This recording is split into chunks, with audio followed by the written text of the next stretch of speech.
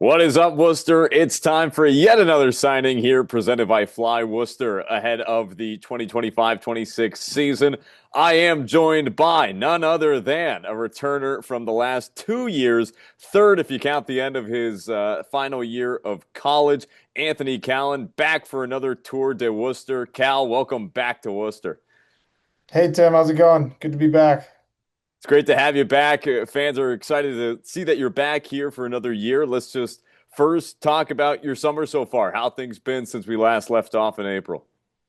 Good. I've stayed in the area for the most part, but had some time, been able to go home, meet family back in Wisconsin. Busy with some old teammate weddings and stuff like that, and now kind of getting geared up for the season now and skating a little bit more, working out and stuff like that. So it's been good. You've been getting the golf game going very much. Yeah, yeah, yep.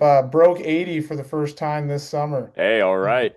That was a big one. That was a Does big that one. will that put you into contention for best on the team, you think? I would hope, I guess, but I don't know. I guess with some of the couple newer faces, I don't know how good their golf game is, so we'll have to get out and see.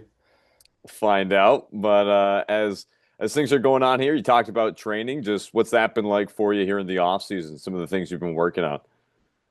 It's been good. I mean, now at this point in my career, kind of know what I got to work on and what my lifts and everything like that are. But been skating down at the Wick, so that's been good. Kind of staying with the practice rink and everything like that. But yeah, just skating, working out, and trying to get ready to be a big part of the team and just, working on the little things that that you had trouble with the year before and got to build on those and all that sort of stuff.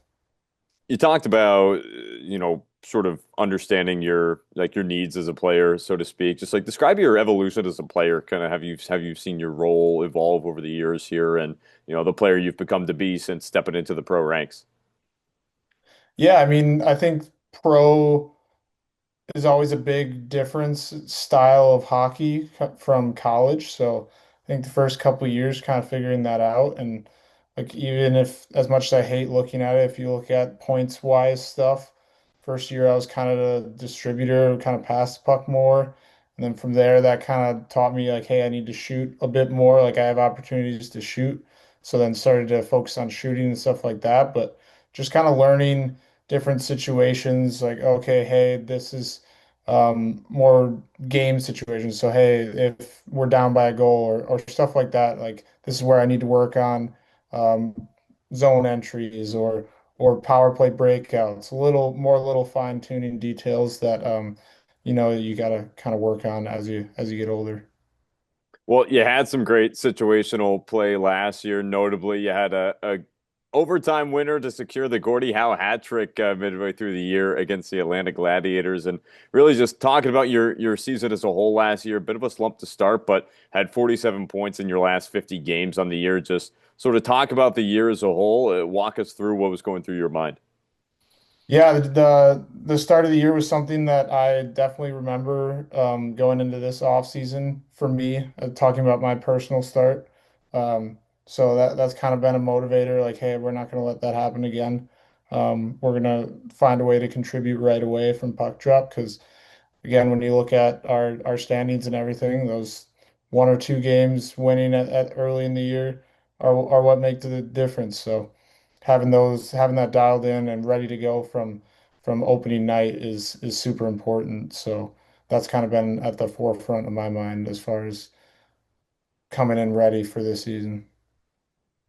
Some other stuff that happened this past season. For the first time, you got to play in a game with your brother at the professional level when you got called up to play with the Springfield Thunderbirds, and that really almost sort of marked kind of the turnaround for you during the year. Just talk about that game, what it meant to you and your family. I think was all in town anyway to catch some games, and they happened to be in the right place at the right time. Yeah, it all worked out. My family was in town from Wisconsin. My sister and brother-in-law in town, which they don't make it out a lot. They have two younger son and a daughter, my niece and nephew. So they were out there, and it was just good to kind of take a step back and it was a big opportunity for me to play in that game, but it was more so like, hey, we're just gonna enjoy this game and have fun because you don't know when this is gonna happen again as far as me and my brother. So I think that mentality probably transferred in a little bit more of a relaxed, like, hey, you get to play hockey here. You should be happy. You don't need to put so much pressure on yourself. So kind of bringing in the family probably is what had that turn of events for me mentally. That's big. Family always is big, and the fact that it all worked out was cool.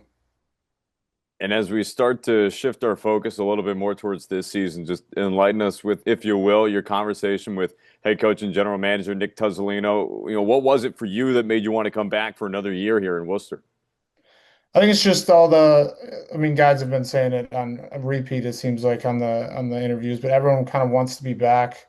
It seems like we were kind of on the cusp last year, just kind of trying to figure out some stuff. It just took us too long to figure it out. And then it was obviously too late. So I think guys just want to build off that from last year, build off that second half. And I think everyone knows like, hey, if we keep building from that second half, we're going to be good to go, like I said, right from the first night and can have a really good shot at like I know my goals are to win the division. Like playoffs is not something that we're striving for. It's to win the division, I think, and winning every day and showing up. And I think that that's kind of the mentality that everyone's showing so far, which is super exciting to have coming back. Yeah, talk about, goals for the upcoming year a little bit. You mentioned that kind of your perception of what you want the team to achieve this year. Anything else sort of in that vein or for yourself personally that you're looking to achieve on or off the ice this season? Yeah, I think it's really easy to set goals like, hey, we want to win the championship. Like everyone does. Only one person can claim that goal. So I think for me, just going in, it's like, hey, we're gonna win every day, whether it be a practice day, whether it be a rest day, we're gonna win every day, and the record and the goals in the game and everything like that, those will handle itself.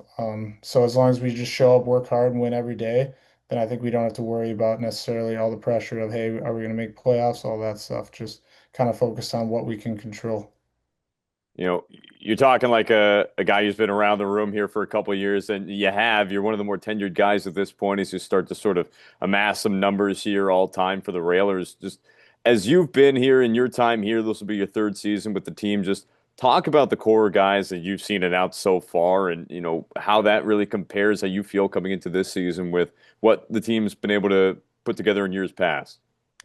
Yeah, I mean, there's the core group always each year, but especially in the ECHL and pro hockey in general, that group kind of changes. It changes a lot. So I think what is good and what people are really excited about is like the culture that's established by Tuz coming in.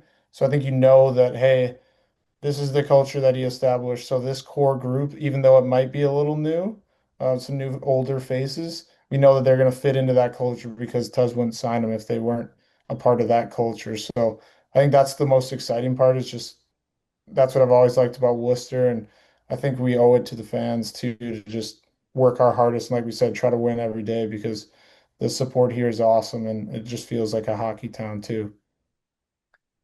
Callum in the locker room right now. You see the stalls behind me where guys are going to be coming back to soon. Just what's it going to be like that first time getting to sit back in here and get ready for a practice or a game with the guys again?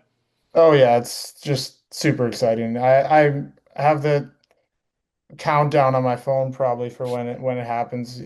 All your friends or your teammates, and like we said, we have a good group of guys, so it's just seeing all the guys again because everyone kind of scatters in the off season, trying to figure things out in the off season for your skates and stuff, skating with guys you don't know. So once you're back with all your friends and teammates working hard together, like that's always just fun to show up every day. Makes it easy. Cal opening night's coming up October 18th. Fans are excited to see you're back for another year here in the heart of the Commonwealth here. Just talk about, any message you have for fans, something you've got to sort of entice them here as we count down the dog days of summer. Um, I would say kind of the same thing that I said earlier. Just just be ready. We're gonna work hard every day. So as long as they're working hard in the crowd cheering for us, we'll work hard on the ice for them. So if we make that deal, I think everyone will be happy. I like it. I think that's something a lot of our fans would love to sign up for. So, Anthony Callin, the next signing for your Worcester Railers here ahead of the 2025-26 season. Cal, it's great to have you back. Thanks for taking the time today. Thanks, Tim. Always a pleasure.